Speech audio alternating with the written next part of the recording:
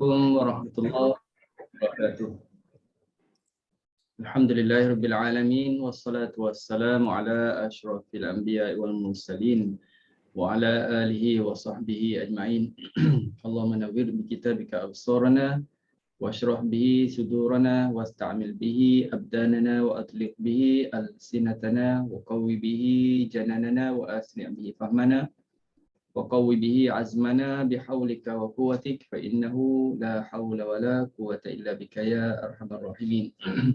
رب اشرح لي صدري ويسر لي أمري واحلل عقدة من لساني يفقهوا قولي والحمد لله رب العالمين. أما بعد. Alhamdulillah, pertamanya kita panjatkan setinggi-tinggi syukuran kehadrat Allah Subhanahu wa taala yang beri kita hidayah, taufik dan diberi juga kita lapang masa, sihat, afiat, dapat bersama-sama pada malam ni di mana jua berada, di Johor ke, balik Johor, daripada Johor ke, ataupun dalam perjalanan daripada Johor dan sebagainya. Kau target je seorang tu. Suka. Di mana jua berada lah ya, sama ada Malaysia ataupun Singapura, selamat datang semua untuk ikuti program anjuran RH Qiraat Center. Yang mana pada malam ni insya-Allah kita akan pelajari pula qiraat yang ke-9 daripada 10. Tinggal satu je lagi selesai yang ni, jadi ada satu lagi qiraat yang insya-Allah bila dah selesai yang ni masuk yang ke-10 tu, maknanya habislah untuk qiraat atau metodologi qiraat 10 menurut Thariq Asy-Syatibiyah dan juga Thariq Ad-Durrah.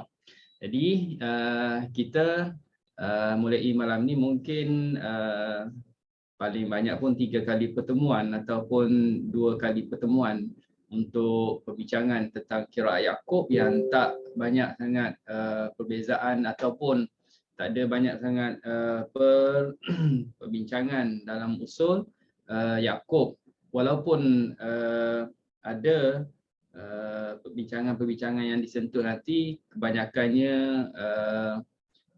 ada yang persamaan dengan qiraat-qiraat yang telah kita bincangkan sebelum ini. Ya, dan saya ucapkan juga selamat datang ataupun selamat bersama-sama dengan RH Qiraat Center yang ikuti live di Facebook ataupun di YouTube. Okey. Nama Thariq Thayyibah, masya-Allah. Insya-Allah. Insya-Allah, itu mencabar sikit. Okey. Baik, Ustaz akan share di sini metodologi qiraat Yaqub untuk tuan-tuan dan puan semua, buat rujukan. Sebelum ni kita habis Abu Ja'far, jadi setiap kali kita habis satu qiraat, sebenarnya kalau sebelum-sebelum ni Ustaz dapat terus saja adakan kelas, tapi oleh kerana qiraat yang terakhir, 3 ataupun 4 yang terakhir itu, slide-slide yang sebelum ni banyak yang perlu diedit, nota yang perlu diedit, jadi sebab tu ambil masa sikit. Apapun mudah-mudahan dapatlah dikongsikan tentang usul qiraat Yaqub ya pada tuan-tuan puan semua. Baik, sesi yang pertama insya-Allah hari ini, dan seperti biasa sekali lagi Ustaz akan ulang dan ulang nama-nama imam qiraat berserta perawi setiap kali kita masuk metodologi qiraat yang baru ya. Kita cuba ingat betul-betul nama-nama imam qiraat ini bagi persediaan tuan-tuan dan puan-puan semua untuk belajar jamak qiraat ke atau apa-apalah ya. Jadi kita cuba ingat nama-nama imam ini secara tertib, secara tersusun. Bermula dengan imam yang pertama ialah Imam Nafi' dan perawinya iaitu Qalun dan Warash. Okey, Nafi', perawinya Qalun dan Warash. Yang kedua qiraat atau Imam Ibnu Katsir dan perawinya Al-Bazzi dan Qumbul. Ya, Al-Bazzi dan Qumbul. Qiraat atau imam yang ketiga ialah Abu Amr. Perawinya ialah Ad-Duri dan As-Susi. Ya, Ad-Duri dan As-Susi. Qiraat yang keempat ialah Ibnu Amir. Perawinya ialah Hisham dan juga Ibnu Dakwan. Ya, Hisham dan Ibnu Dakwan. Yang kelima pula ialah Asim. Perawinya ialah Syu'bah dan Hafs. Ini yang dah popular bagi kita, dah terkenal. Qiraat Asim, riwayat Syu'bah dan Hafs. Yang keenam, Imam Hamzah, perawinya Khalaf dan Khallad. Ya, Khalaf dan Khallad. Yang ketujuh, iaitu yang terakhir dalam Tariq Asy-Syatibiyah, ialah Al-Kisai, perawinya ialah Al-Laits dan juga Ad-Duri. Al-Laits dan juga Ad-Duri. Okey. Yang ke-8, bermula daripada yang ke-8 ini dah Tariq yang lain, iaitu Tariq Ad-Durrah, Imam Abu Ja'far, perawinya ialah Ibnu Wardan dan Ibnu Jammas yang kita baru je selesai. Dan qiraat Yaqub, perawinya ialah Ruwais dan Rauh yang akan kita sentuh ini. Okey. Yang kita akan belajar ini. Qiraat yang ke-10 iaitu Khalaful Ashir, Ishaq dan Idris. Ya, perawinya Ishaq dan juga Idris. Itulah nama-nama imam qiraat yang saya rasa dah pun kebanyakan yang selalu ikuti kelas ini dah pun makin ingat, ya, makin ingat. Baik. Okey, baik. Kita terus ke yang berikutnya. Qiraat Yaqub, sekali lagi. Kita akan belajar kedua-dua perawi, iaitu Ruwais dan Rauh. Seperti mana perawi-perawi yang lain sebelum ni, walaupun mengambil bacaan daripada satu imam yang sama, tetapi ada perbezaan antara kedua-dua perawi, ya, antara Ruwais dan Rauh. Jadi yang atas kita panggil qiraat, yang bawah kita panggil riwayat. Mungkin kita perlu ambil perhatian di situ dari segi penggunaan istilah lah, ya. Kita perbetulkan penggunaan istilah qiraat dan istilah riwayat. Untuk nampak kita lebih faham penggunaan istilah tersebut, bukannya kata berdosa kalau kata qiraat Ruwais. Qiraat Ruwais, riwayat Yaqub, bukan katanya berdosa, tapi penggunaan tu tak tepatlah. Kalau kita nak sandarkan kepada nama imam, kita akan sebut qiraat, ya, qiraat Yaqub. Okey, kalau kita nak sandarkan kepada perawi, kita kata riwayat, ya. Sebut aja riwayat. Baik. Terusnya, yang pertama kita kenali dulu siapa dia Imam Yaqub. Siapa dia Imam Yaqub? Dan ini Ustaz copy daripada apa yang dah Ustaz tuliskan dalam buku Qiraat 10 Kalam Mulia. Qiraat 10 Kalam Mulia, kalau yang belum ada lagi Qiraat 10 Kalam Mulia untuk jadikan panduan, dalam tu Ustaz susun surah Ad-Duha sampai surah An-Nas, bolehlah. Maklum bahasanya dah ada sebahagian daripada tuan-tuan dan puan ada kitab atau buku tersebut. Jadi dalam tu ada Ustaz masukkan biografi imam.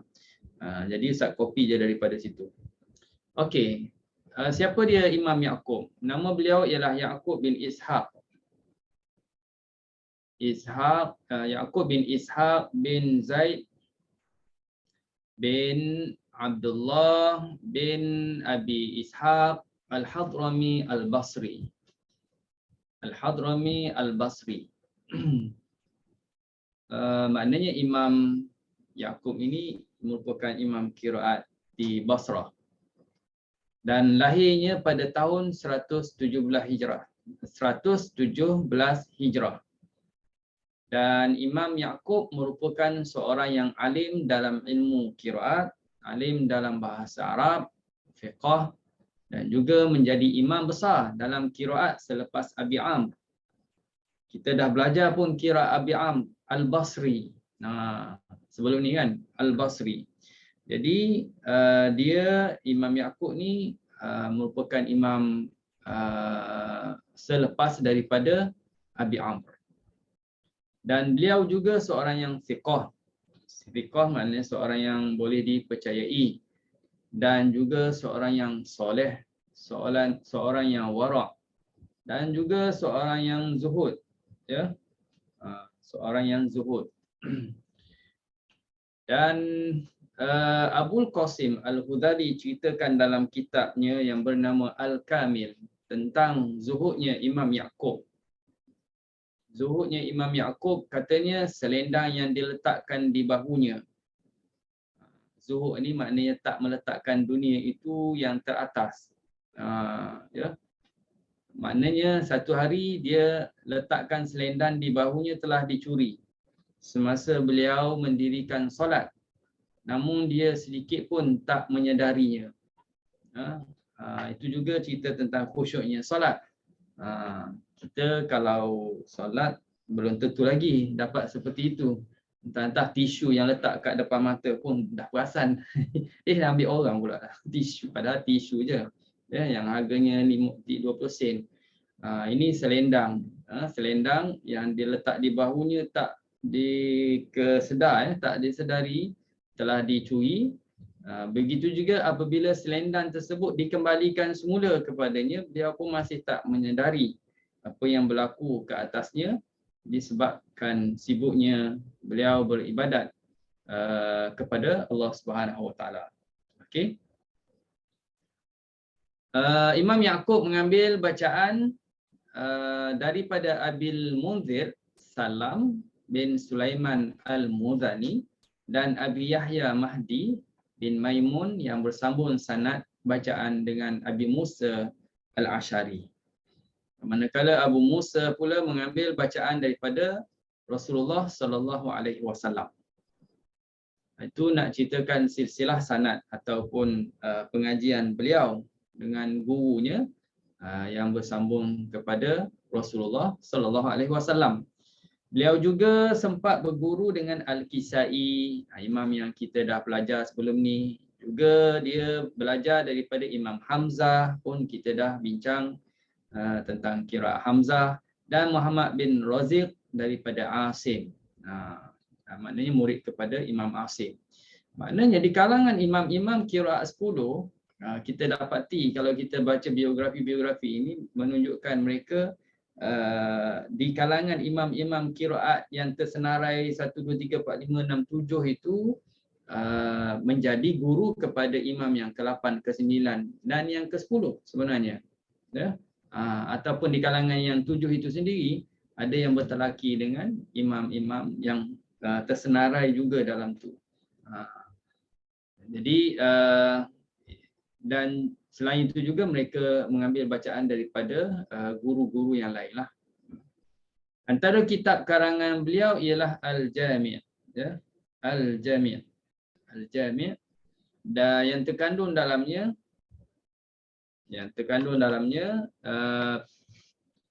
segala perbezaan wajah-wajah qiraat. Dan kitab Waqfut Tamam, dan tu kitab yang juga tentang qiraat bab waqaf, dan beliau meninggal dunia tahun 205 Hijrah, usianya 88 tahun. Begitu juga kalau kita baca biografi imam-imam lain lebih kurang macam tu, ada yang 90 tahun, ada yang 100 tahun. Dan begitu juga ayahnya, datuknya serta moyangnya semuanya meninggal dunia usia yang sama, 88 tahun. Dia 88, bapanya pun 88, datuk, moyang semuanya 88 tahun. Ya. Itu secara kebetulan lah. Pendapat yang mengatakan qiraat Yaqub termasuk daripada qiraat syadz. Ada yang anggap ataupun tuduh mengatakan Yaqub ini yang merupakan qiraat imam yang ke-9 ini dalam senarai imam-imam qiraat, dia kata termasuk daripada qiraat syadz. Tapi ia dinafikan sekeras-kerasnya oleh Imam Ibnu Al-Jazari katanya. Ketahuilah bahawa tiada perbezaan antara qiraat Yaqub dengan qiraat 7 yang lain di sisi tokoh-tokoh penyelidik dan kebenarannya adalah suatu perkara yang pasti. Maknanya Imam Ibnu Jazari cuba mempertahankan bahawasanya qiraat Yaqub ini tak terkeluar daripada qiraat yang 7. Sebab apa? Kalau kita tengok tadi, gurunya pun Imam Hamzah, gurunya Imam Kisai, gurunya juga anak murid kepada Imam Asim.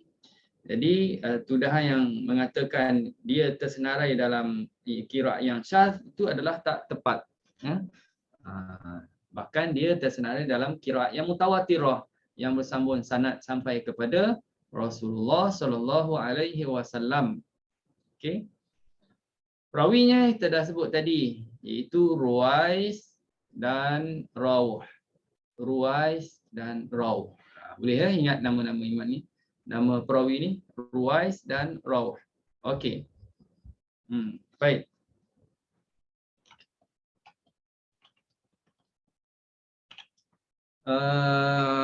Terusnya ialah yang kedua.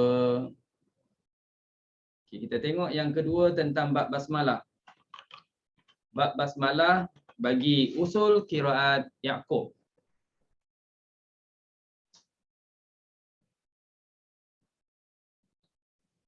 Kalau lihat di sini dah boleh buat gambaran tentang qiraat Yaqub yang membacanya dengan memisahkan antara dua surah itu dengan basmalah.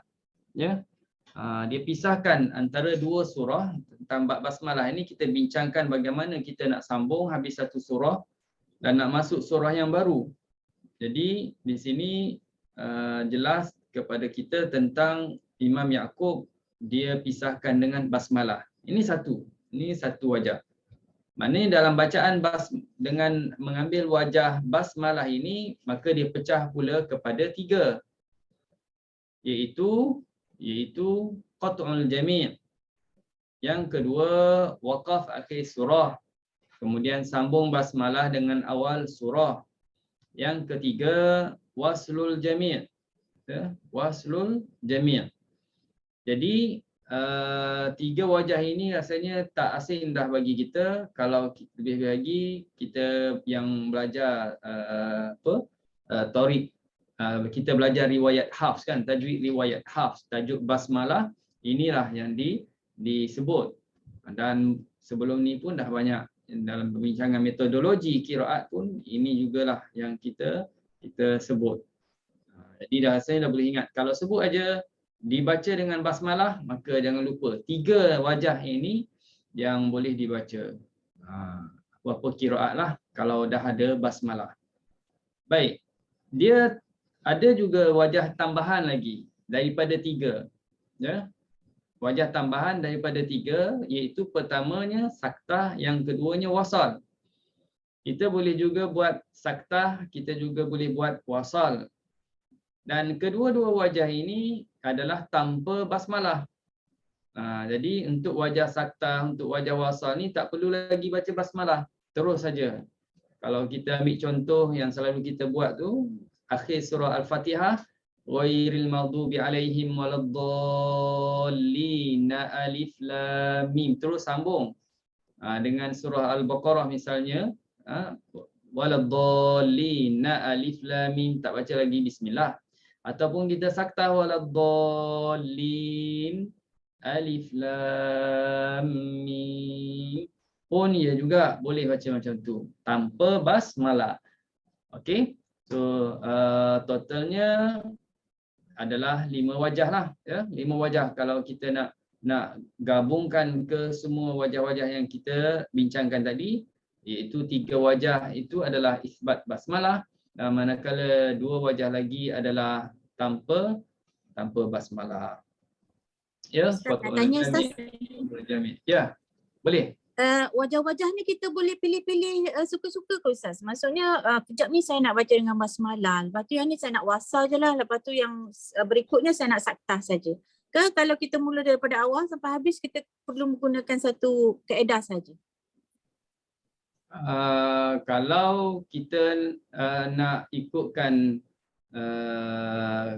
dia ada juga yang macam mana kalau kita kata kalau dibaca dengan wajah wasal pada surah-surah tertentu,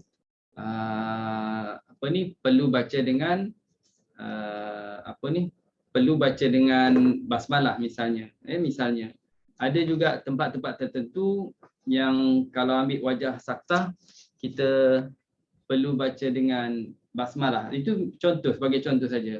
Jadi nak melazimi dengan satu wajah ataupun kita kata baca dengan basmalah daripada awal hingga ke akhir itu lebih baiklah. Tapi kalau kita katakan surah Fatihah, kita nak masuk surah Al-Baqarah, kita baca bismillah. Surah Al-Baqarah, masuk surah Al-Imran, kita baca dengan wajah wasal misalnya. Jadi itu tidaklah menjadi apa-apa syaratlah mesti melazimi dengan keadaan tersebut. Lagi pula saya rasa nak masuk surah Al-Baqarah ke surah Al-Imran perlu habis 3 juzuk dulu. Rasa bukan hari yang sama juga bacanya. Besok baru baca ataupun minggu depan pula baca. Jadi tak ada masalah. Ini wajah-wajah pilihan. Wajah-wajah pilihan. Cuma macam Ustaz sebut tadi, ada ulama yang membezakan bila masuk kepada surah-surah digelar sebagai Az-Zuhr, Arba'atuz Zuhr. Maknanya surah yang dimulai dengan la uqsimu dengan wailul lil mutaffifin. Ada yang membezakan macam tu, tapi ada juga yang tak membezakan. Semuanya sama aja. Nak baca bismillah ke semuanya pun boleh, nak baca wasal ke semuanya pun boleh, nak saktah semuanya pun boleh. Nak campur-campur pun tak ada masalah, boleh. Dia tidak menjadi riwayat, dia jadi wajah. Jadi wajah yang boleh kita pilih mana-mana salah satunya lah. Cuma yang lagi cantiknya kalau selaras itu lebih baik lah. Kalau seragamkan, kalau ambil basmalah, basmalah. Ya. Tapi kalau nak latih, nak cuba baca wajah basmalah untuk surah ini, lepas tu nanti nak cuba baca wasal, ataupun nak baca ke semuanya 5 wajah. Kalau surah Baqarah, surah Al-Imran tu tak apalah nak buat 5 wajah. Kalau surah-surah yang akhir sekali itu dalam Al-Quran, banyak nak kena. Setiap kali habis qul huwallah 5 wajah, habis qul a'udzu birabbil falaq 5 wajah. Jadi makan masa sikitlah situ, ya. Okey. Baik, ada lagi nak tanya sini? Ustaz, nak tanya Ya. maknanya dalam qiraat Yaqub ni dia yang paling tinggi wajah 5 wajah. Tak ada. Kalau kita belajar sebelum ni pun dah ada Warash. Warash pun 5 wajah. Warash 5 wajah, Abu Amr pun sama, ya. Tu kita dah bukan dia seorang lah. Bukan dia seorang yang baca dengan dengan 5 wajah ini. Yang paling sedikitnya Imam Hamzah lah. Sebab dia cuma baca dengan apa? Dia baca dengan tanpa basmalah kan. Dia baca wasal terus tanpa basmalah.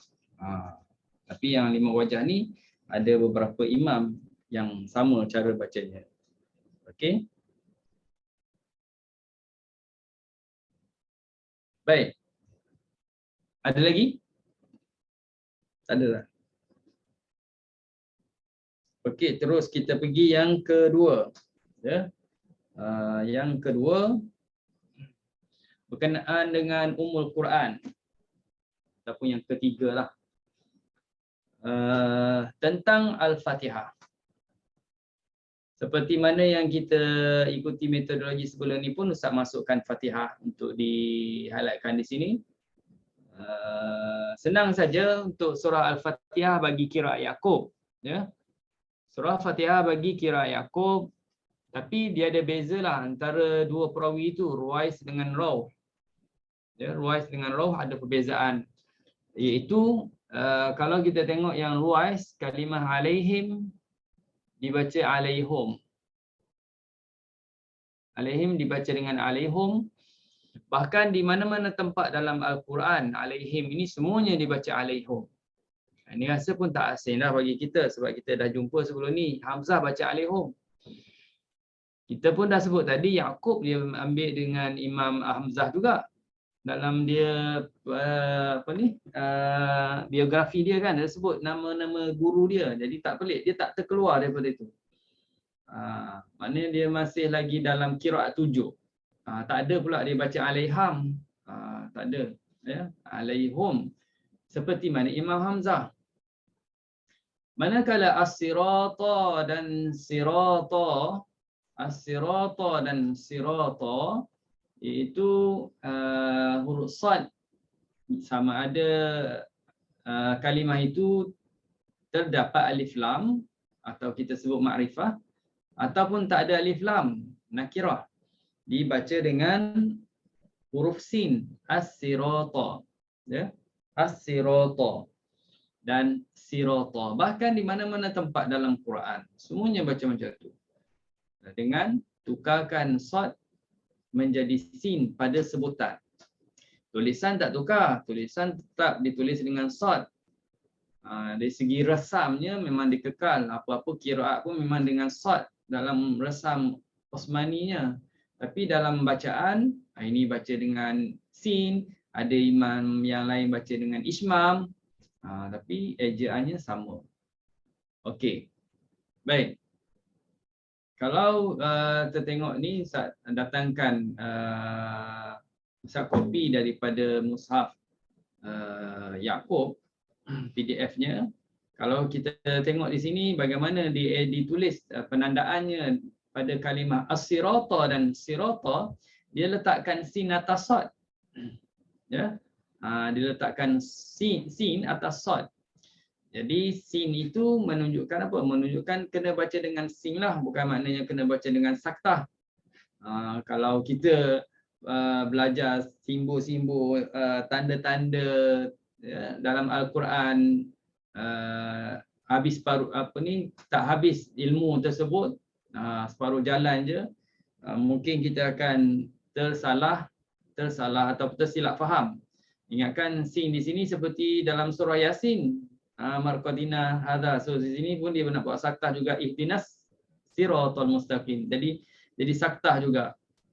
Yang tu okey lagi. Kalau yang awal lagi, yang depan tu siratal ladzi, nak buat macam mana? Diam sekejap, lepas tu timbul siratal ladzi. Difaham ya? Jadi nak sebutnya dalam Quran memang dia tak tulis dengan sin. Dia tak boleh nak hilangkan sad itu terus buat alif lam sin ra, tak boleh. Tapi diletakkan tanda atas sad itu huruf sin. Yang ni kalau kita tengok dalam Quran Hafs sendiri, ada beberapa tempat kan diletakkan sin atas sad. Seperti yang awal kita jumpa dalam surah Al-Baqarah juzuk yang kedua, ya, juzuk yang kedua, Allah yaqbidu wa yabsutu. Wa yabsutu itu ada sin atas sad. Kalau untuk guru kita yang dulu-dulu ya ajar, kalau sin duduk atas, kau bacalah dengan sin. Kalau sin duduk bawah, bacalah dengan sad. Gitu kan. Simple atau ringkasnya macam tu. Yang kalau kita sebut begitu, kita boleh terima yang kata sin duduk atas, baca dengan sin. Sin duduk bawah, baca dengan sad. Yang tu sebenarnya perlu perincian lagi. Kalau sin duduk bawah dalam surah At-Tur itu, dia boleh dua wajah. Sin boleh, sad pun boleh. Kalau Hafs lah. Ya. Okey. Baik. So sini Ustaz cuba baca sekali untuk tuan-tuan dan puan-puan semua boleh dengar dan ambil perhatian bacaan riwayat Ruwais, ya. Bacaan riwayat Ruwais. A'udzu billahi minasyaitonir rajim. Bismillahirrahmanirrahim. Alhamdulillahi rabbil alamin. Ar-Rahmanir Rahim. Maliki yaumiddin. Iyyaka na'budu wa iyyaka nasta'in. Ihdinas siratal mustaqim. Siratal ladzina an'amta 'alaihim ghairil maghdubi 'alaihim waladdallin. waladdallin. Amin. Jadi kalau kita perhati kalimah maliki itu tetap maliki, ya, seperti mana Kisai, Asim. Jadi gurunya pun ada juga termasuk Kisai itu. Baca maliki. Okey. Kemudian pergi kepada riwayat Rauh. Jadi untuk riwayat Rauh hanya pada ya. Fatihah tadi dia punya fawasil pun lain ya Ustaz? Ya betul. Fawasil dia tak sama dengan Al-Kufi lah. Pengiraan dia sama 7 ayat, cuma kalau lihat bismillah Wakaf tu tempat tak wakaf. dikira ayat. Bismillah tu tak dikira ayat. Jadi yang bila bismillah tak dikira ayat, automatik siratal ladzina an'amta alaihim itu dikira ayat yang ke-6. Ghairil maghdubi alaihim waladdallin tu adalah ayat yang ke-7. Sama juga 7 ayat, ya. Okey.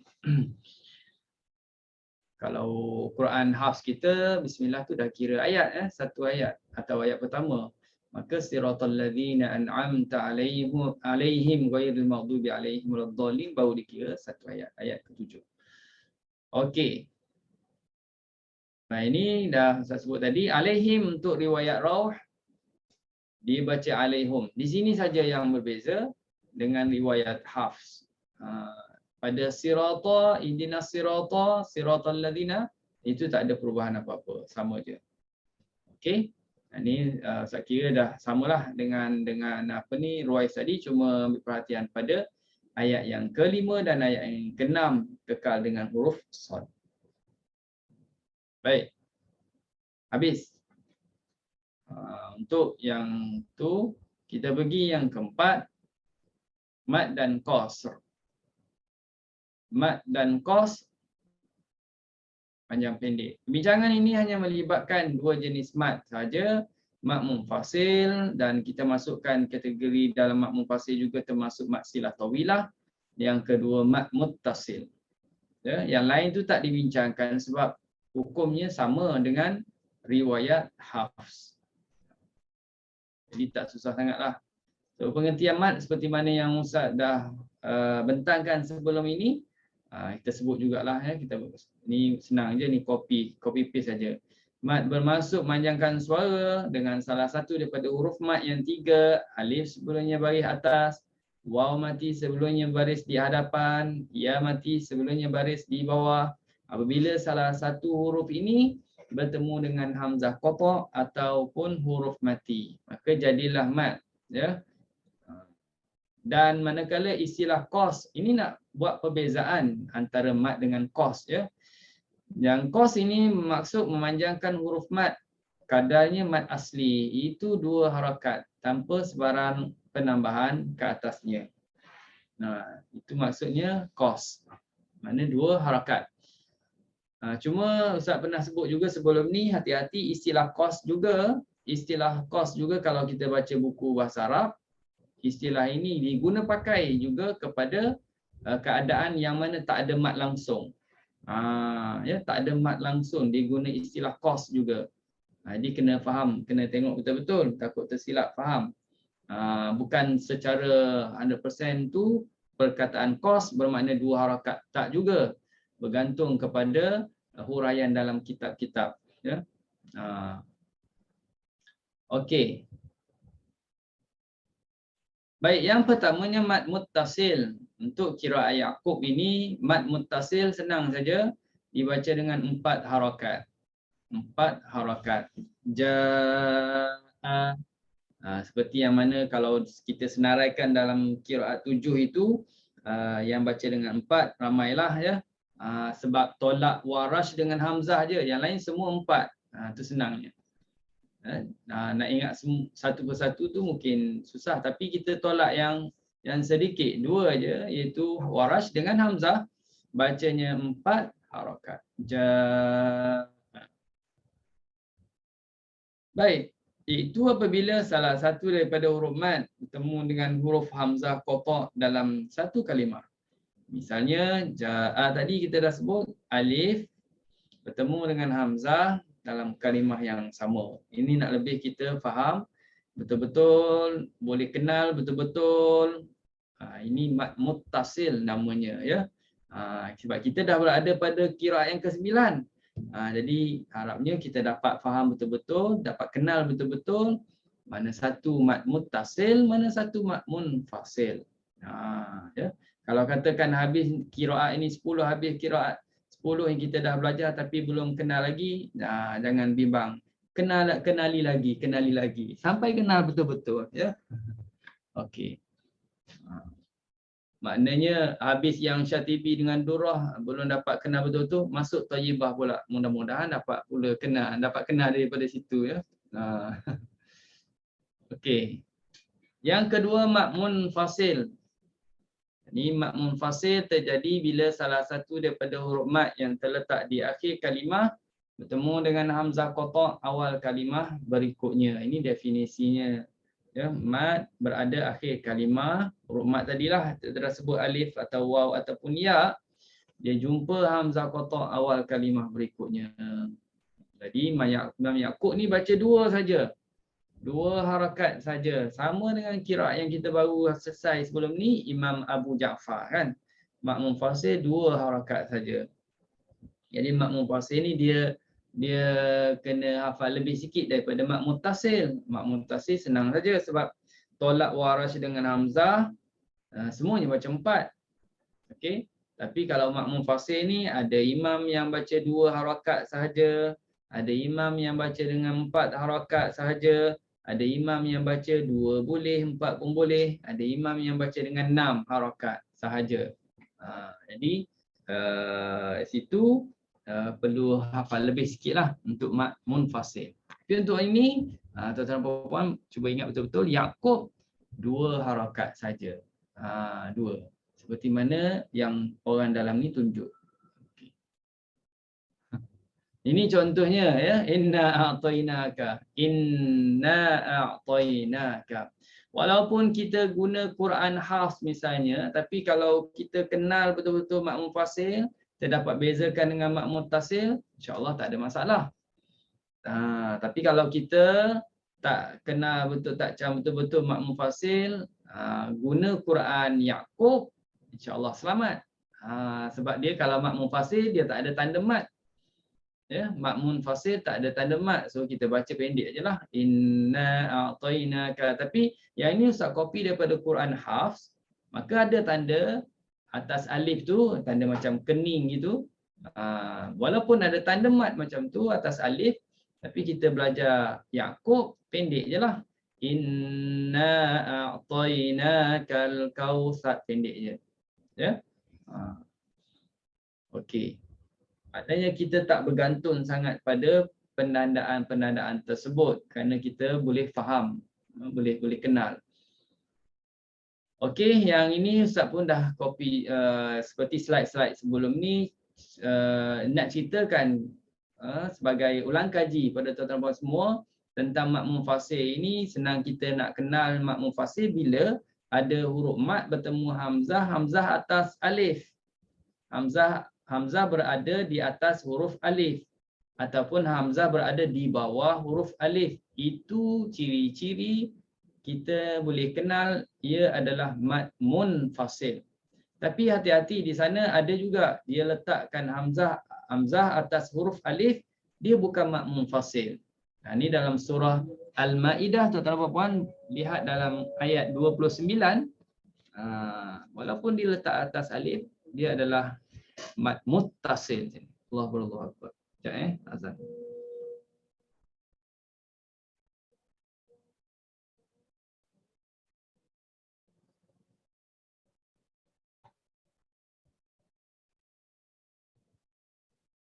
Allahu Akbar.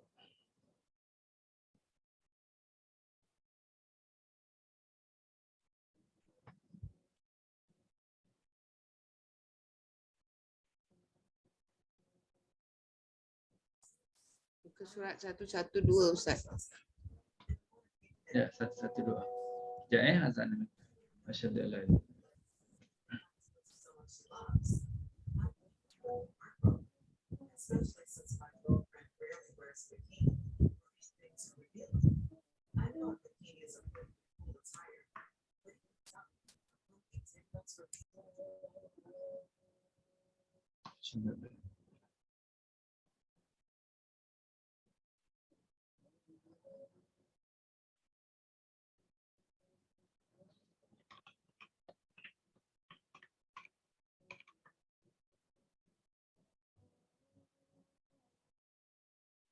أشهد أن لا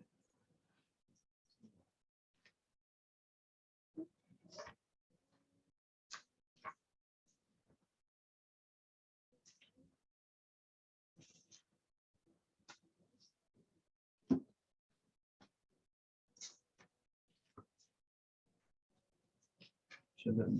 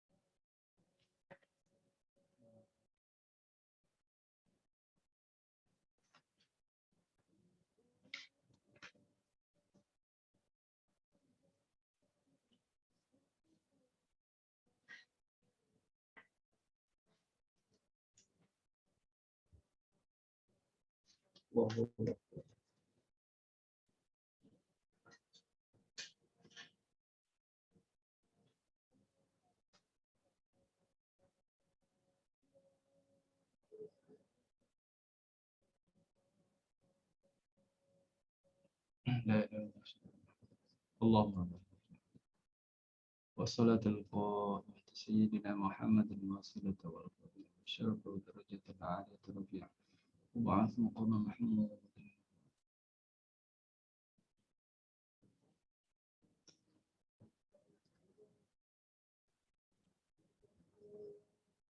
Okey, baik.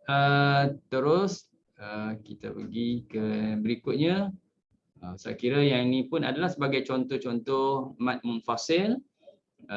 Bagaimana yang tadi saya sebut, kalau alif bertemu dengan hamzah, hamzah berada atas huruf alif atau bawah alif, itu ciri-ciri mad munfasil. Dan kalaulah hamzah itu tak bertongkatkan alif, tapi alif tu terletak selepas hamzah, juga adalah mad munfasil. Itu cara nak mudah kenal. Okey, ini pun sama kalau tengok kan. Ini kalau tadi huruf ya bertemu hamzah tapi hamzah tak bertongkatkan alif, cuma alif terletak selepasnya, itu adalah mad munfasil. Yang ini senang. Ya bertemu hamzah, hamzah dah bertongkatkan alif. Okey. Baik. Ini pun sama, waw bertemu dengan hamzah, hamzah bertongkatkan alif. Itu mad munfasil. Baik, terusnya mad silah tawilah. Mad silah tawilah tu sama dengan kadar harakat mad munfasil. Ya, Imam Yaqub juga baca dengan dua harakat di sini. Ma lahu akhladah. Ma lahu akhladah, dua harakat. Okey. Ma lahu akhladah. Baik. Terusnya selesai ya, tentang mad itu aja. Jadi senang. Fokus yang itu aja dalam kita bertalaki itu, mad munfasil, mad muttasil, mad silah tawilah. Yang lain tu lebih kurang sama dengan riwayat Hafs. Terus kita pergi ke yang kelima tentang mim jamak. Mim jamak. Ustaz masukkan juga tajuk mim jamak ini walaupun dia tak adalah beza dengan riwayat Hafs. seperti mana Abu Ja'far, seperti mana Ibnu Katsir. Mim jamak definisinya ialah mim tambahan menunjukkan kepada jamak muzakkar, jamak bagi lelaki yang ianya terletak selepas salah satu daripada 3 huruf, iaitu huruf ha, huruf kaf dan huruf ta. Contohnya alaihim ada mim. Itu mim tu mim jamak. Antum ada mim. Mim yang mati itu mim jamak. Alaikum ada mim. Mim yang mati itu adalah mim jamak. Baik, untuk mim jamak ini bagi Imam Abu Ja'far, Imam Yaqub, dia baca dengan iskan, mematikan mim jamak ini, matikan sama dengan Hafs yang terletak, tapi kena ingat, yang terletak sebelum huruf berbaris. Huruf berbaris, ya, pembincangan ini adalah untuk huruf yang berbaris. Kalau huruf selepas mim jamak tu mati, dia ada pembincangannya. Ini adalah untuk selepas mim jamak, asalkan selepas mim jamak hurufnya berbaris. Tak kira lah sama ada ianya hamzah qata' ataupun bukan hamzah qata'. Sama ada kita baca wasal atau kita baca waqaf. Mim tu tetap dimatikan. Okey. In kuntum amantum billah. Itu tengok ada huruf berbaris kan selepas mim. In kuntum amantum billah. Okey. Seterusnya.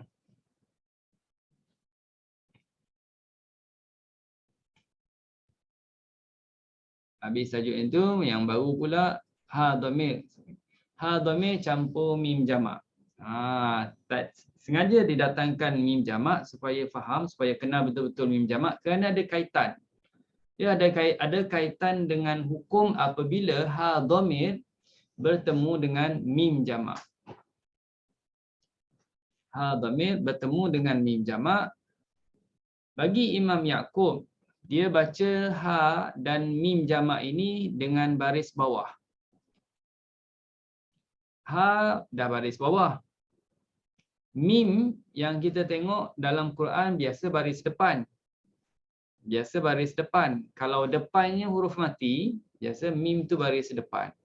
Tapi sekarang ini kalau ha yang mana bersambung dengan mim jamak, dia kena baca dengan baris bawah apabila selepas daripada mim jamak itu terdapat huruf mati. Dan sebelum huruf ha pula didahului baris bawah. Kalaulah sebelumnya baris bawah. Ceritanya, poin yang pentingnya sebelum ha tu baris bawah. Bukan sebelum ha tu huruf mati. Tak, sebelum dia tu baris bawah. Maka di sini contohnya bihimul asbab. Bihimul asbab dibaca dengan ha baris bawah, mim baris bawah, bihimil asbab. Ya, bihimil asbab. Begitu. Okey. Kalau berhenti lainlah, kalau berhenti memang matikan mim, bihim. Itu kalau berhenti, bihim. Kalau sambung, bihimil asbab. Memang dalam Qurannya memang dah letak baris bawah lah mim tu. Tak ada masalah lah kalau guna Quran Yaqub. Tapi kalau guna Quran Hafs, mim tu baris depan. Ingat formula, mim diletakkan dengan baris bawah. Bihimil asbab. Okey? Itu satu. Yang kedua ini, cerita panjang sikit. Yang ni, membaca ha jamak muzakkar, jamak muzakkar atau ha jamak muannas atau dhamir tasniyah dengan baris depan apabila terletak selepas huruf ya sakinah. Ini sebelum dia tu ada ya sakinah. Ya? Sebelumnya ada ya sakinah. Okey, jadi ha itu yang bersambung dengan mim dipanggil jamak muzakkar lah. Ataupun dia bersambung dengan nun dipanggil jamak muannas. Okey, kita tengok contoh dia. Ketika wasal ke ketika waqaf sama ya. Okey, ini contohnya. Kalau tuan-tuan dan puan-puan tengok semua yang saya merahkan di situ, fihim. Kita nampak him tu adanya ha bersama dengan mim. Mim tu mim jamak, dipanggil jamak muzakkar bagi lelaki lah, ya. Alaihim sama jugalah. Wa yuzakkihim sama juga. Maknanya di sini banyak bukan terhad seperti mana kita belajar qiraat hamzah tu dia terhad kepada 3 saja. Alaihim, ilaihim, ladaihim. Kan 3 ini dibaca alaihum, ladaihum, ilaihum. Tapi kalau Imam Yaqub asalkan sebelum ha itu ada ya yang mati, maka ha itu dibariskan baris dhammah. Fihim jadi fihum. Rabbana wab'ath fihum rasulan minhum. Yang tu memang dah hum dah semuanya. Minhum yatlu alaihim ayatika wa yu'allimuhumul kitaba wal hikmata wa yuzakkihum. Itu dia buat home semuanya, ya. Okey. Kalau kita tengok yang bawah tu pula, ilaihinna. Ilaihinna, itu dia nun yang bersabdu itu dipanggil menunjukkan kepada muannas, bukan menunjukkan jamak bagi muzakkar tapi bagi perempuan. Mereka. Kalau tadi him tadi mereka untuk lelaki lah. Yang ni hinna mereka juga tapi mereka untuk perempuan. Bahasa Arab senang kita kenal, ini untuk lelaki, ini untuk perempuan. Bagilah pakaian untuk mereka. Mereka tu lelaki ke perempuan? Masih tanya-tanya kan. Kalau kita bahasa Melayu kita masih tertanya-tanya nak suruh bagi mereka tu lelaki ke perempuan. Kan? Tapi bahasa Arab senang je. Kalau dah him, fahamlah tu untuk lelaki. Walau baju tu baju perempuan tapi bagi untuk lelaki. Contohnya kan. Okey. Baik, jadi di sini macam mana dia baca? Falamma sami'at bimakrihinna arsalat ilaihunna wa a'tadat lahunna muttaka'an wa atat kulla wahidatin minhunna sikinan wa qalat ikhruj alaihun.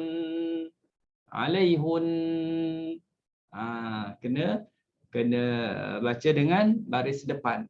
Walaupun berhenti, ya, alaihun. Setengah qiraat itu ketika berhenti jadi him, ketika sambung jadi hum, ada juga. Di Yaqub berhenti ke sambung ke, ha itu dibariskan dengan baris depan. Okey? Baik. Habis. Bagi riwayat Ruwais pula daripada Imam Yaqub. Ruwais perawi kepada Yaqub. Membaca huruf ha dhamir al-jam', ha dhamir jamak tadi dengan baris hadapan. Apabila terletak selepas huruf ya sakinah yang dihazaf kerana jazam atau kerana bina bagi fi'il amar. Ini agak susah sikit lah. Tapi kita dah listkan, ya, dah disenaraikan tempat-tempatnya yang mana kita tengok tak ada pun ya. Tapi sebenarnya ada ya asalnya. Cuma dia dibuangkan. Dia dibuangkan tu kerana faktor dari segi ilmu nahu, grammar bahasa Arab.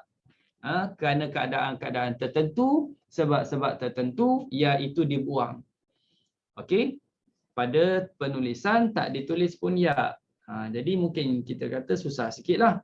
Tapi walaupun dah ada dalam senarai kita ini 15 tempat pada 12 surah hukum yang dijelaskan di atas tadi, tempat-tempatnya sebagaimana berikut. Okey. Ini tempat-tempatnya. Yang pertama kita tengok Al-A'raf, ya, Al-A'raf ayat 38. Tuan-tuan dan puan-puan boleh buka terus ke muka surat 155, ya, muka surat 155. Okey.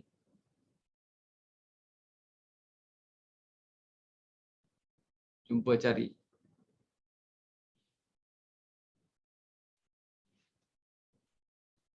Okey, jadi dalam ayat ini fa'atihim, kalau kita belajar tadi disebut ha kena baca baris depan kalaulah sebelumnya ada ya, ada huruf ya mati, kan? Ada huruf ya mati. Tapi di sini tak ada huruf ya mati, tak ditulis huruf ya mati. Walaupun dia tak ditulis, asalnya ada. Cuma dibuangkan. Dah disebutkan sebab apa tadi? Ada sebabnya kerana jazam ataupun kerana dia bina bagi fi'il amar. Fi'il amar dia kena buang huruf ya. Jadi di sini kalau kita tengok, kalau kita belajar bahasa Arab, fahamlah dia ini kerana fi'il amar, kata perintah. Jadi perintah dia kena buang huruf ya. Ya, sepatutnya fa'atihim. Gitu sepatutnya. Tapi buang ya. Fa'atihim. Jadi ruwais dia ambil kepada asal. Maknanya dia akan baca fa'atihum adaban dhi'fan minan nar. Fa'atihum. Tapi kalau rauh dia baca dengan baris bawah fa'atihim adaban. Jadi di sini kita akan ulang 2 kalilah. Track untuk ruwais, track untuk rauh. Begitu juga surah Al-A'raf ayat 169 muka surat 172. Muka surat 172, wa in ya'tihim 'aradun mithluhu ya'khudhu. Jadi di sini kita baca wa in ya'tihum, ya, wa in ya'tihum, dengan baris depan. Okey. Untuk ruwais, ya, untuk ruwais. Kemudian yang ketiga, wa idza lam ta'tihim, wa idza lam ta'tihim. Kalau kita belajar bahasa Arab, kita fahamlah lam ni huruf dipanggil harful jazmi, ya, menjazamkan kalimah selepasnya. Maknanya mematikan kalimah selepasnya atau membuangkan huruf-huruf illah. Ya, tuan-tuan dan puan bolehlah pendalami dalam bahasa Arab, bagilah senang nak faham apa yang kita bincangkan ini. Okey. Jadi ruwais baca wa idza lam ta'tihum, lam ta'tihum bi ayah. Okey, itu yang ketiga. Yang keempat surah At-Taubah ayat yang ke-14 muka surat 189. Qatiluhum yu'adzibuhumullahu bi'aidikum wa yukhzihim. Wa yukhzihim dibaca wa yukhzihum. Wa yukhzihum, ya. Untuk ruwais. Wa yukhzihim untuk rauh. Baik.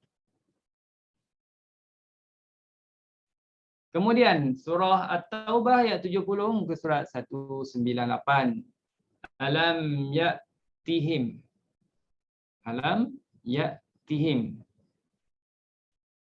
Jadi dibaca alam ya'tihum naba'ul ladzina min qablihim. Itu min qablihim asalah, ya. Ikut baris bawahlah qablihim, tak boleh qablihum, tak ada sebab pun nak baca qablihum. Tak ada ya mati atau dan memang asalnya memang tak ada ya di situ. Ya. Okey.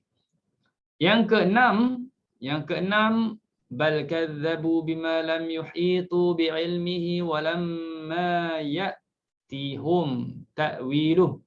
Walamma ya'tihum ta'wiluh. Okey. Kalau rauh walamma ya'tihim ta'wiluh. Okey. Baik. Terusnya yang ke-7. Wa yulhihimul amal. Wa yulhihimul amal. Yang ni pun dibaca dengan wa yulhihumul amal, dibaca dengan okey, muka surat 262 surah Al-Hijri, ya, muka surat 262 surah Al-Hijri. Betul Ustaz. Jumpa? Jumpa Jadi, saya. Tak jumpa? Jumpa Ustaz. Ya, Okey, betul tu.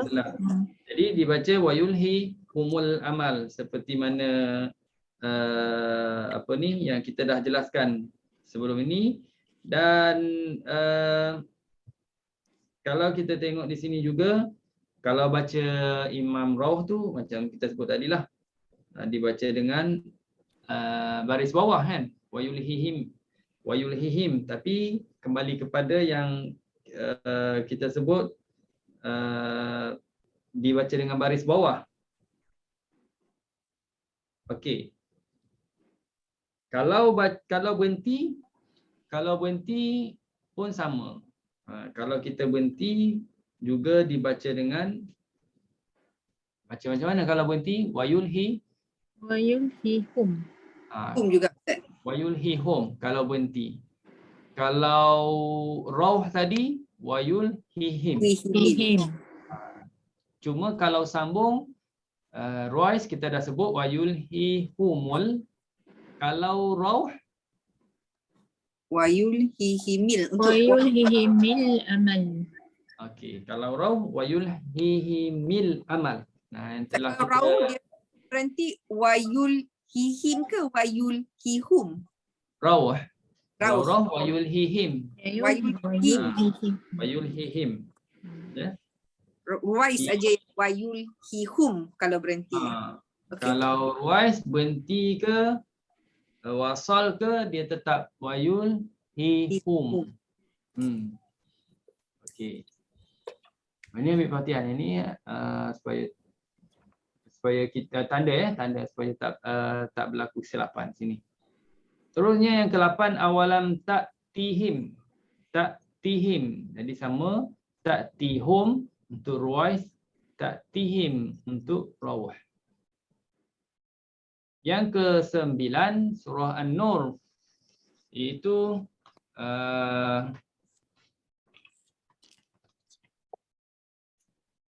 muka surat 353.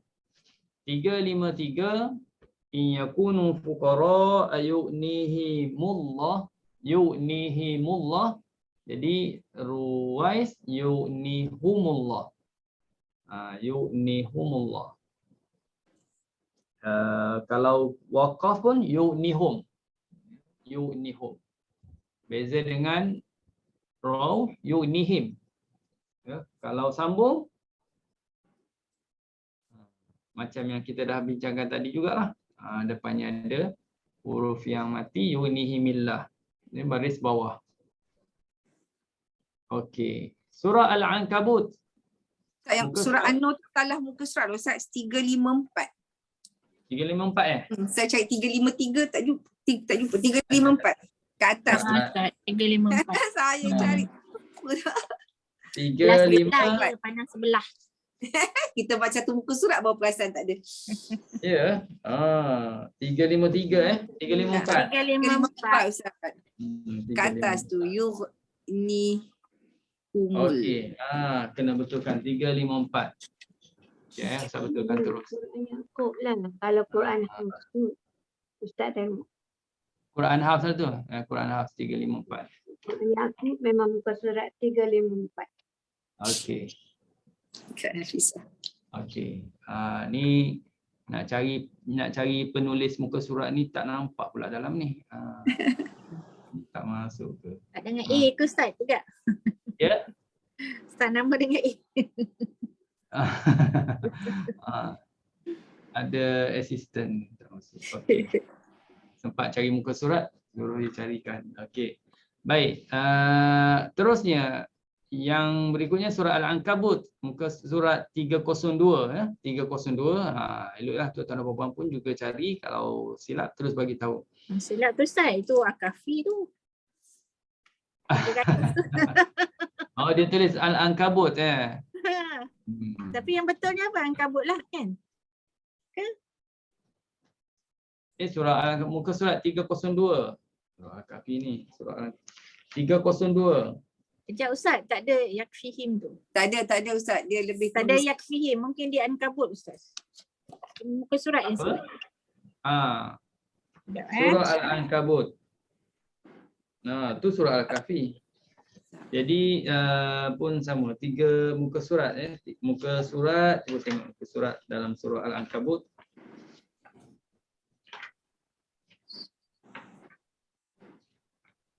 Ayat yang ke 51. Ayat 51.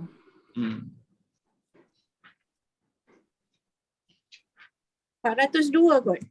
400 Dia kot. dia 100 mesti bayar 100. 100 dia kurang.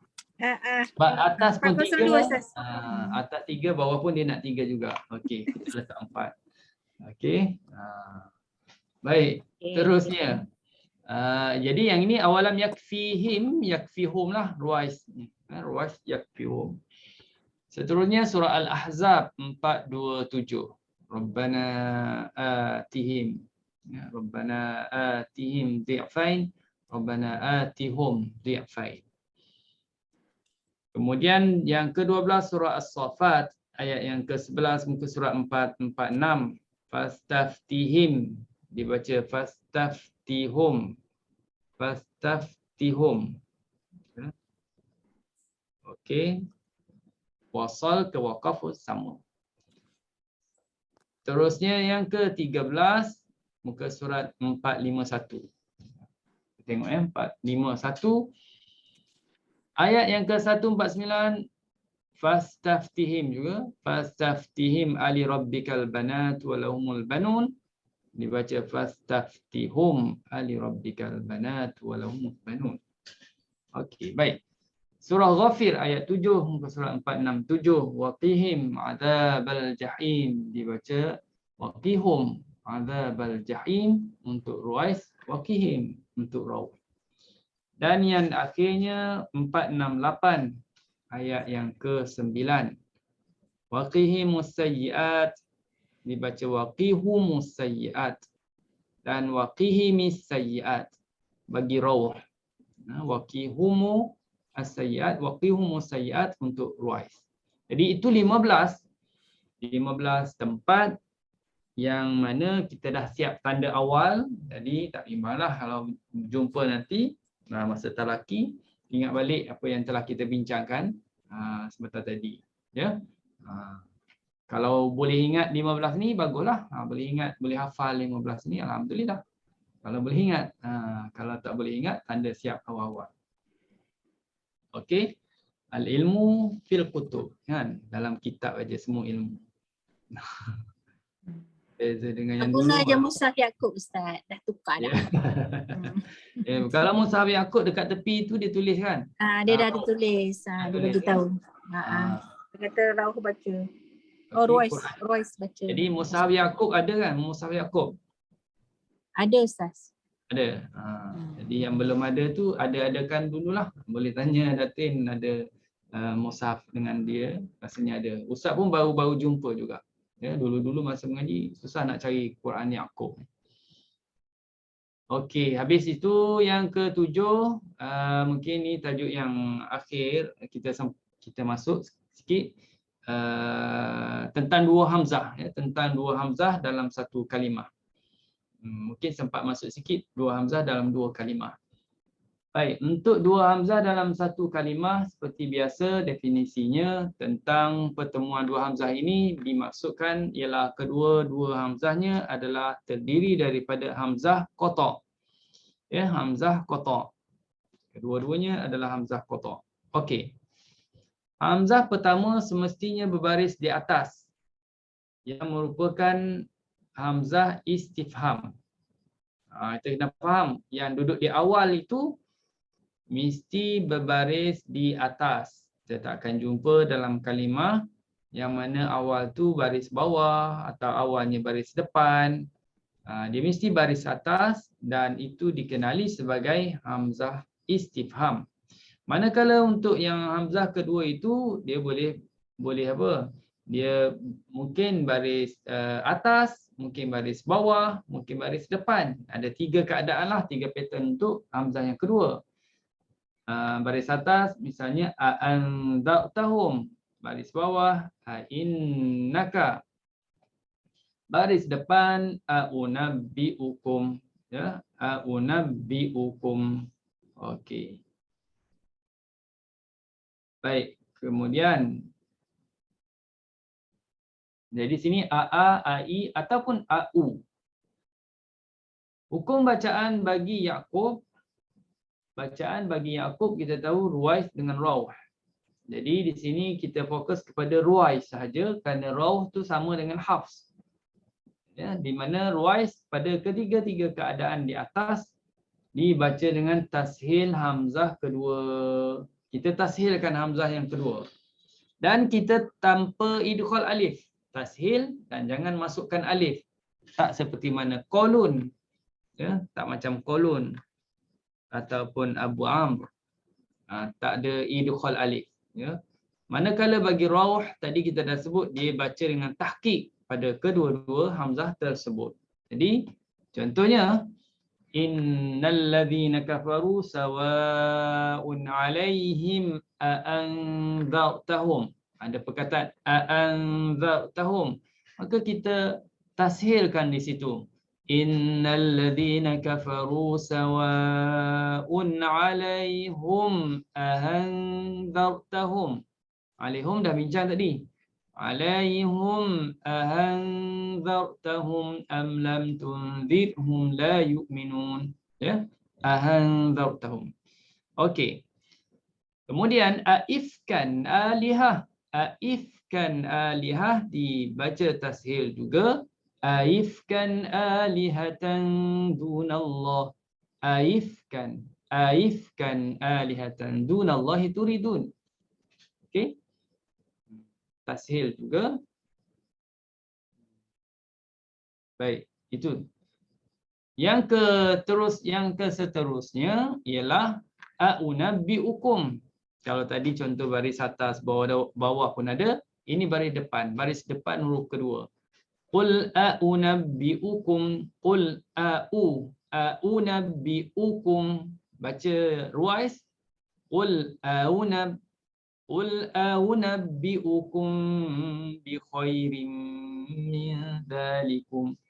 Qul a'unabbi'ukum bi khairin min dzalikum. Ya, tashil. Jadi insya-Allah boleh ingat ya.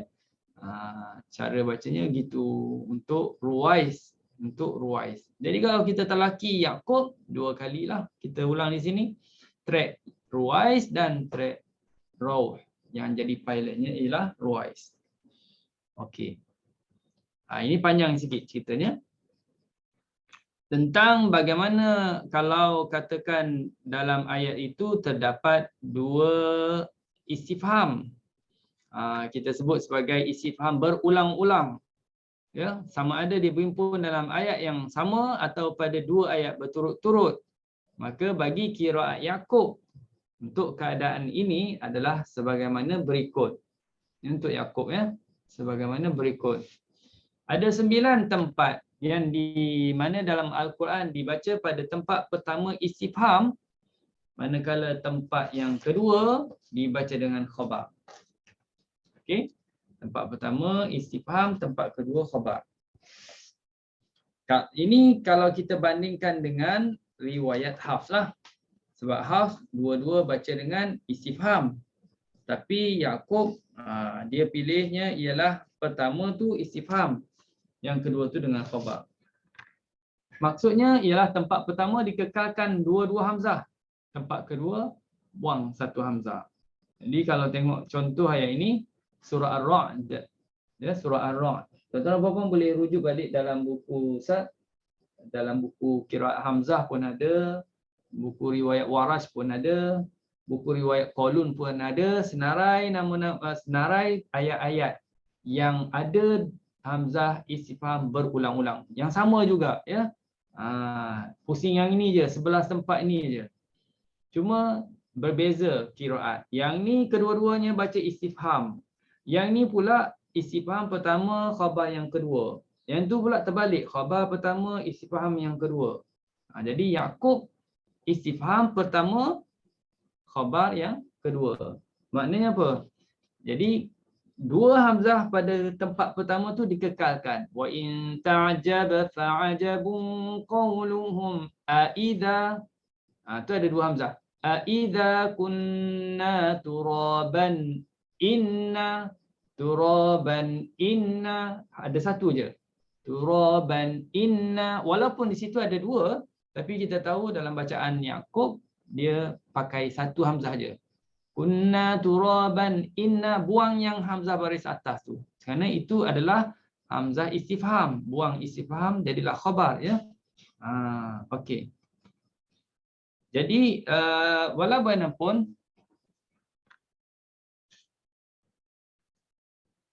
bagaimanapun kita kena ingat tentang Yaqub itu ruwais bab dua hamzah dalam satu kalimah, dia kena tashil, jadi balik asal pada bacaannya.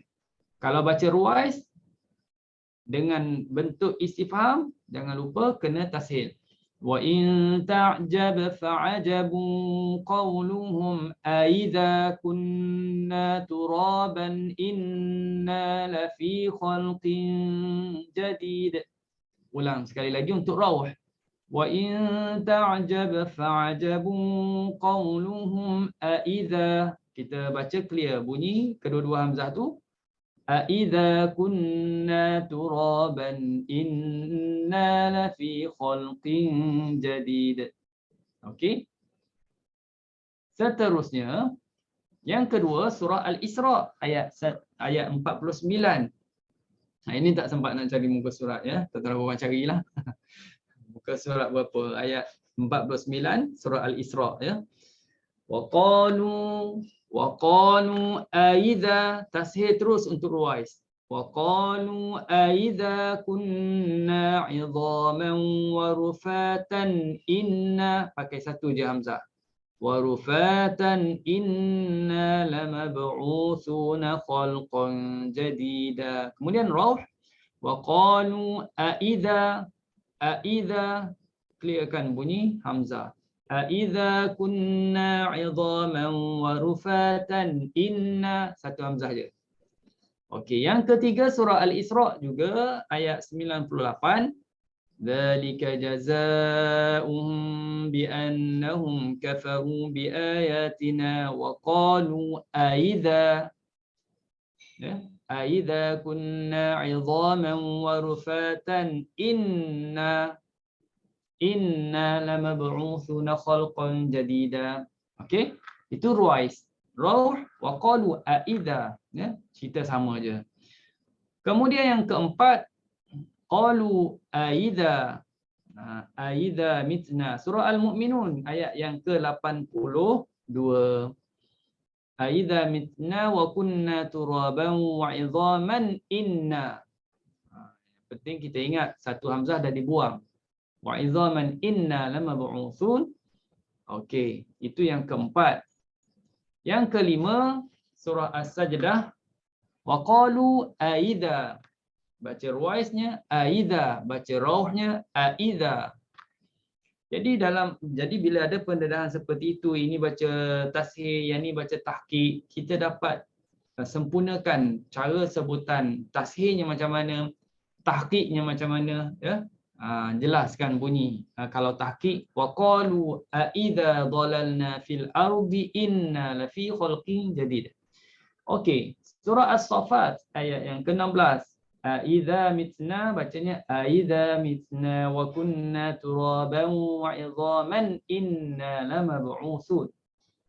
Ya. Yang ke-6, yang ke-7. Aidza mitna wa kunna turaban wa 'idhaman inna lamadinun. Itu yang ke-7. Yang ke-8, surah Al-Waqi'ah ayat 47. Wa kanu yaquluna aidza, ya, tashil. Kalau tahqiq aidza, beza ya bunyi. Tahqiq aidza, tashil aidza. Yang ke-9 surah An-Nazi'at. Ini duduk di ayat berturut-turut ya, dua ayat tapi berturut-turut. Yaquluna ainna lamarduduna fil hafirah idza kunna 'idhaman nakhirah. Okey, itu yang ke-9. Okey, baik. Itu 9 selesai. Istifham pertama, khabar yang kedua. Manakala dua lagi tempat dalam Quran, sebab dia ada 11 semuanya. Dua tempat ini dibaca dengan istifham pertama, istifham juga yang kedua. Ni ada beza sikitlah dengan hafs. Kalau yang ini surah An-Naml sama. Wa qala alladhina kafaru aidza kunna turaban wa abauna ainna. Tashil untuk Ruwais. Wa qala alladhina kafaru aidza kunna turaban wa abauna ainna. Tahqiq untuk Rauh. Ini sama dengan Hafs. Cuma yang ke-11 surah Al-Ankabut. Surah Al-Ankabut lain sikit. Kalau kita tengok Quran Hafs, untuk yang pertama Hafs baca satu hamzah je, khabar. Walutan iz qala liqaumihi innakum, pakai satu hamzah je. Innakum, bermakna di sini Yaqub dia akan tambah satu hamzah. Innakum. Bila tambah satu hamzah bermakna berhimpun dua hamzah dalam satu kalimah. Ingat balik, Ruwais kena tashil.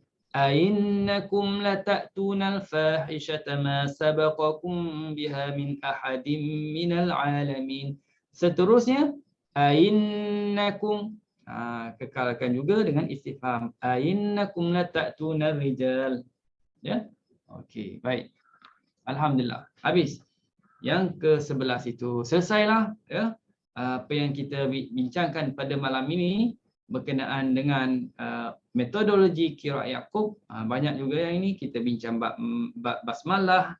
Awalnya kita kenali siapa Yaqub, bab basmalah, kemudian bab mad dan qas, kemudian tentang surah Al-Fatihah, cara bacanya yang ada perubahan dalam tu, kemudian tentang mim jamak, lepas tu tentang ha dhamir yang bersama dengan mim jamak bagi muzakkar ataupun bagi muannas, yang mim jamak bersambung dengan mim jamak untuk muzakkar, ataupun ha dhamir yang menjadi jamak muannas, dan akhir sekali kita bincangkan tentang dua hamzah dalam satu kalimah, termasuk yang istifham berulang-ulang, ya. Alhamdulillah.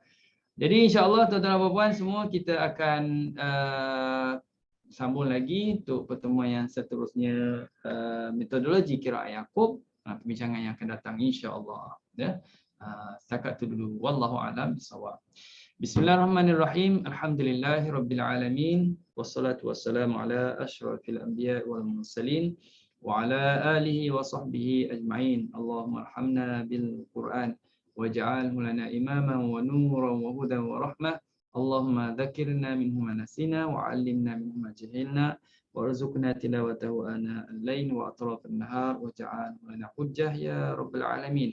Wa sallallahu ala sayyidina Muhammad wa ala alihi wa sahbihi wa sallam. Alhamdulillahirabbil alamin. Wassalamualaikum warahmatullahi wabarakatuh. Terima kasih. Ustaz sekarang host. Ustaz dua aja akan tutup. Ustaz yang kena tutup? Okey, Ustaz stop live stream dulu, ya. Okey. Baik, terima kasih. Okey, bye-bye.